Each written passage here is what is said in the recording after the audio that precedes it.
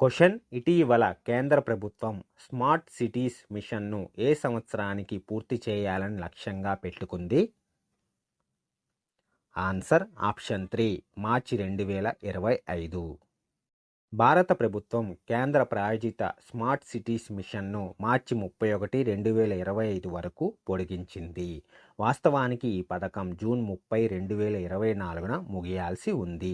రాష్ట్ర ప్రభుత్వాల అభ్యర్థన మేరకు కేంద్ర ప్రభుత్వం ఈ పథకాన్ని పొడిగించింది. ఈ మిషన్లో ప్రాజెక్టులు పట్టణ స్థానిక సంస్థలచే అమలు చేయబడతాయి. ఈ మిషన్ కింద ప్రాజెక్టులు ప్రైవేట్ పబ్లిక్ భాగస్వామ్యం ద్వారా అభివృద్ధి చేయబడుతున్నాయి.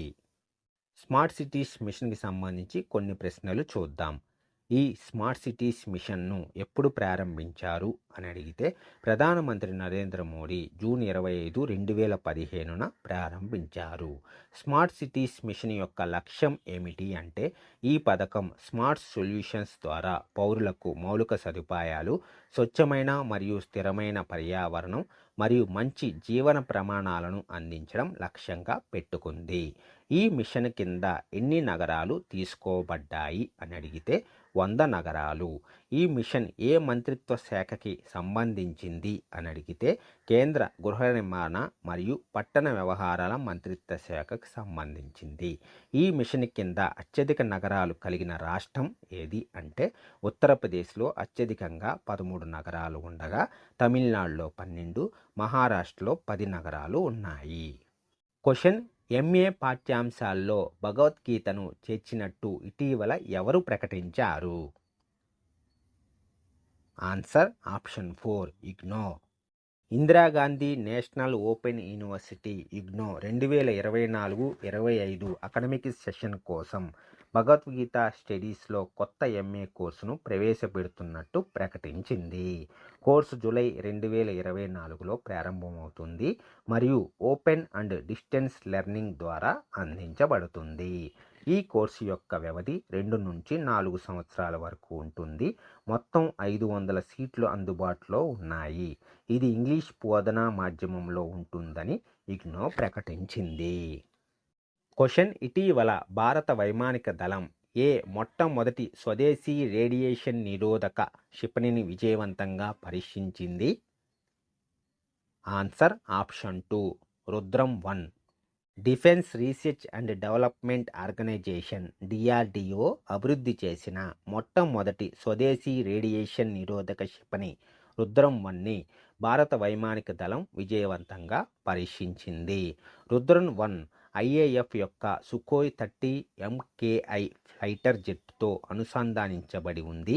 ఇది రేడియేషన్ ఉద్గార లక్ష్యాలను ఖచ్చితంగా ఛేదించడానికి వీలు కల్పిస్తుంది. క్షిపణిని 500 మీటర్ల నుండి 15 కిలోమీటర్ల వరకు వివిధ ఎత్తుల నుండి ప్రయోగించవచ్చు మరియు ప్రయోగ పరిస్థితులపై ఆధారపడి 250 కిలోమీటర్ల పరిధిని కలిగి ఉంటుంది. శత్రువాయు రక్షణ కార్యకలాపాలు అణిచివేసేందుకు రుద్రం-1 ఖచ్చితత్వం చాలా కీలకమైనది. ఇది శత్రు రాడార్లు మరియు కమ్యూనికేషన్ సైట్లను సుదూర ప్రాంతాల నుండి నాశనం చేయడానికి సాధ్యపడుతుంది. క్వశ్చన్: ఇటీవల మసూద్ పెజిష్కియన్ ఏ దేశ అధ్యక్ష ఎన్నికల్లో విజయం సాధించారు? Answer option 1 Iran. ఇరాన్ సంస్కరణవాది మరియు మాజీ ఆరోగ్య మంత్రి మసూద్ పెజిష్కియన్ అధ్యక్ష ఎన్నికల్లో తన ప్రత్యర్థి రాడికల్ ఇస్లామిస్ట్ ఆలోచనాపరుడు సయ్యద్ జలీలీని ఓడించి విజయం సాధించారు. రన్నాఫ్లో మొత్తం 30 మిలియన్ల ఓట్లలో మసూద్ పెజిష్కియన్ 16.3 మిలియన్ ఓట్లు వచ్చాయి. ఈ ఏడాది మే 19న హెలికాప్టర్ ప్రమాదంలో ప్రెసిడెంట్ ఇబ్రహీం రైస్ అనూహ్యంగా మరణించడంతో 2025లో మొదట్లో జరగాల్సిన ఇరాన్ అధ్యక్ష ఎన్నికలు ముందే నిర్వహించబడ్డాయి. క్వశ్చన్: ప్రాజెక్ట్ పరీని ఇటీవల ఎవరు ప్రారంభించారు? ఆన్సర్ ఆప్షన్ 3 సాంస్కృతిక మంత్రిత్వ శాఖ. ప్రాజెక్ట్ పరీ భారత ప్రభుత్వ సాంస్కృతిక మంత్రిత్వ శాఖ, లలిత కళా అకాడమీ మరియు national gallery of modern arts ద్వారా అమలు చేయబడుతుంది. ప్రాజెక్ట్ పరీ కింద మొదటి ఈవెంట్ ఢిల్లీలో జరుగుతుంది.